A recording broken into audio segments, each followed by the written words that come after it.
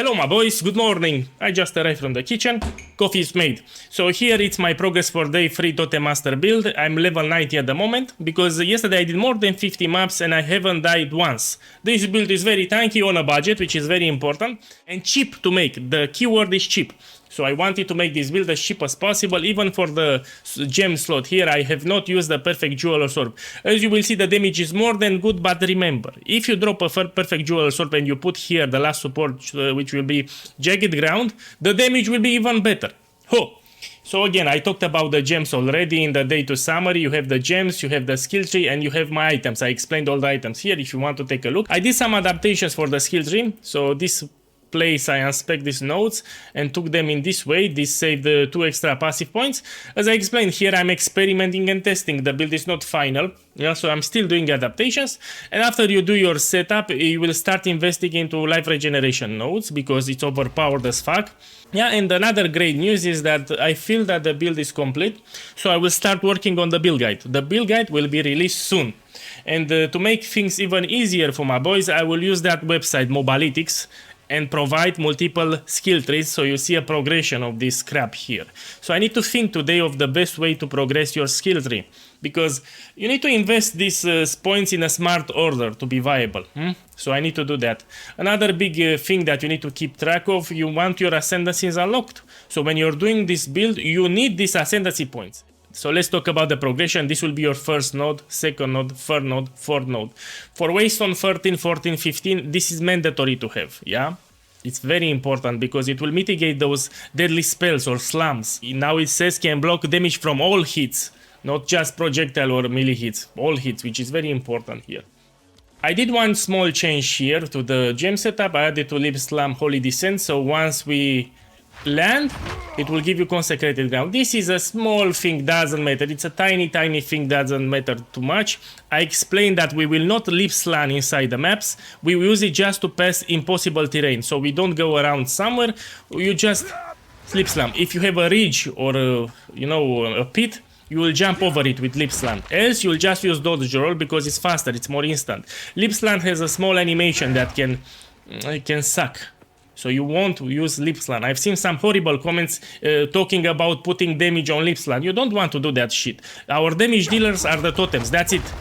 That's it. And when we will have a map boss, we will use this thing to break their armor and also give us rage stacks. It was explained in day 2 summary, everything in the first part of the video if you want to see it already. And it's great, this one, because it applies armor debuff in a large radius. Also you get, if you're hit from 4 different rares, it will hit all 4 at the same time. This is the best skill to use in my opinion. Okay, let's do a map showcase now so you can see it in action. I prepared this one because we also have a boss and ritual. It's the perfect showcase. So here I will juice this. Bam! Okay. So it breaks my armor, no problem, we put it here. I like to juice them a little because it will have more drops in your maps, that's why. So I don't encourage to run these maps clean as they are. You want to juice them. When I'm recording, good, I'm recording. Destruction. Yeah, so let's see here, showcase. So remember, if you're gonna use a perfect jewel or sword and you put jagged ground, you'll do even more damage, but damage is not issue. No issue whatsoever. So I'm on a 4th support link and everything dies. Of course, I'm looking for rares. Let's do the ritual. Bam. You just put your totem, spread it up. So one totem here, one totem here. So they damage everything.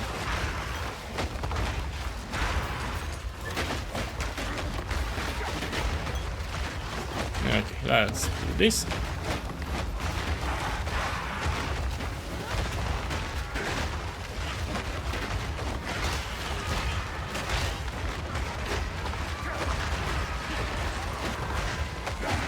I love this build. Love it. If you can play without stress, it's a good build. I like to say if you can scratch your ass while you play, it's a good build. That's the mentality that you need to know. And also it's not expensive. I will repeat myself, so in this game a lot of builds are great if you invest 100 divinals or more. You put a headhunter, you put expensive things and call it a day. No. In my opinion, the best builds are the ones that can work on a budget. period.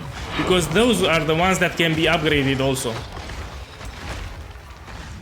No problem, but few builds can work on a budget. I'm focused on the game, so if I don't make sense, excuse me.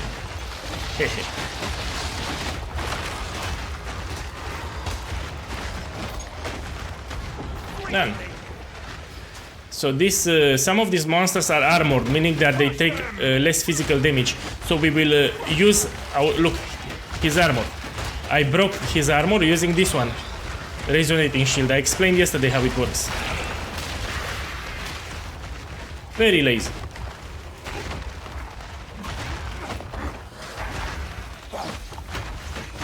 One more thing that you need to understand, that these totems benefit from modifiers from your gear. So for the weapon, just the gem levels are important. Other stats are ignored, but you can get here on the gloves melee skill gems. Even attack speed counts. On the rings you can get physical damage to attacks, and it scales the damage of your totems. So there are actually much more upgrades that we can do. Here I wanted to use budget items, but eventually you will want to upgrade more.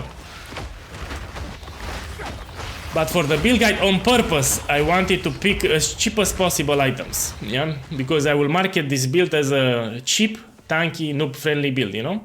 That's one... I don't want to use anything expensive. Look, that's pretty well, no? Let's see the map boss. So after you're clearing a lot of these trash monsters, you will see the icons on the minimap.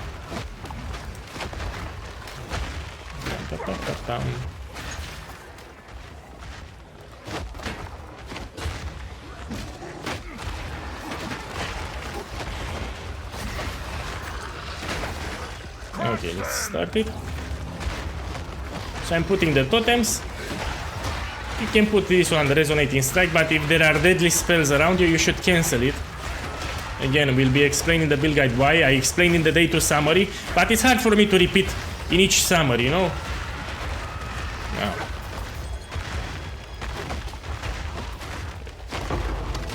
Okay, let's take this. Look, when you have an essence, you just click it like this. With your totems up. Okay, here is the last ritual. I'm playing with the minimap open, by the way. It's easier for me to navigate. This I did also in Path of Exile 1. Personal preference. Some of you don't like to open the minimap, it's fine. But it gives me more control for me. The rares die pretty fast. Good times. Towards the end of this video, I'll put a fight with the Pinnacle boss, so you'll see how it went. I did it yesterday and recorded the fight. Yeah, you should see that too, because it's tanky as fuck. Let's see if you got rich. I'm looking for certain modifiers. Yeah.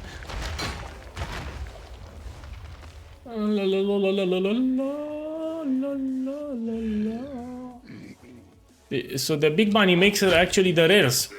Yeah. I found a couple of them that I sold for more than 50 exalted orbs.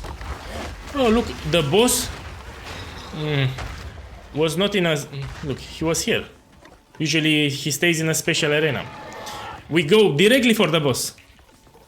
Directly for the boss. Let's kill this pig. Directly for the boss. Let's see how the boss fight goes. Oh shit. I will break his armor. Man, he has a lot of armor. Now his armor is breaked, so I will do much more damage. Yeah.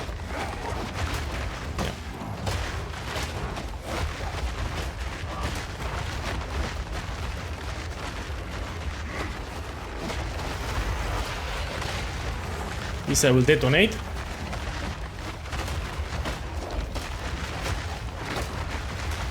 And he died pretty fast, no? Good. Some Waystones. I will take this. Let's see. No. No. This I will keep it. I want to put in the guild tabs, you know, some uniques. Now let's clear these rares and call it a day. Oh! I'm actually enjoying a build for the first time in Path of Exile 2.